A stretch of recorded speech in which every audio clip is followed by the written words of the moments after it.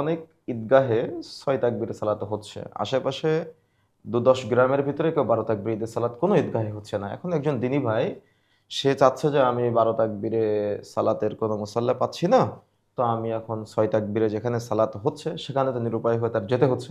এখন ওই ব্যক্তি 6 তাকবীরেই সালাত আদায় করবে, নাকি ইমামের অনুসরণ বাদ দিয়ে সে 12টা তাকবীর দিবে?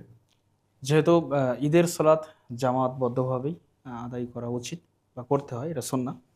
সুতরাং ওই ব্যক্তি অবশ্যই নিরুপায়, যেহেতু অবশ্যই ওজরের ক্ষেত্রে তো আমাদের সুযোগ আছে ইসলামে। জি, ইসলাম নির্ভার জিনিস, লা ইকাল্লিফুল্লাহু নাফসান ইল্লা উসআহা, যে আল্লাহ রাব্বুল আলামিন কোনো মানুষের সাধ্যের বাইরে তার উপরে দায়িত্ব অর্পণ জি। করেন। সুতরাং ব্যক্তি যেহেতু নিরুপায় এবং ওজর আছে, সুতরাং ব্যক্তি তাদের সাথে শামিল হবেন এবং আল্লাহ তাকে ক্ষমা করবেন ইনশাআল্লাহ।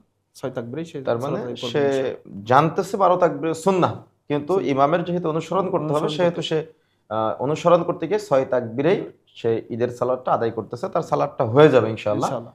সালাতটা কবুলযোগ্য হবে জি, জি। ইনশাআল্লাহ। আমরা আশা রাখি। তো কিছুটা সে ত্রুটিপূর্ণ হলেও কবুল কবুল হবে না, ইনশাআল্লাহ। সে তো নিরুপায়। নিরুপায়। তা হুম। সে তো চাইলেই ইমামের অনুসরণ, অনুসরণ ইমাম ২ টা সাজদা দিচ্ছে, ও তো ৪ টা সাজদা দিতে পারবে না। না। স্বাভাবিক।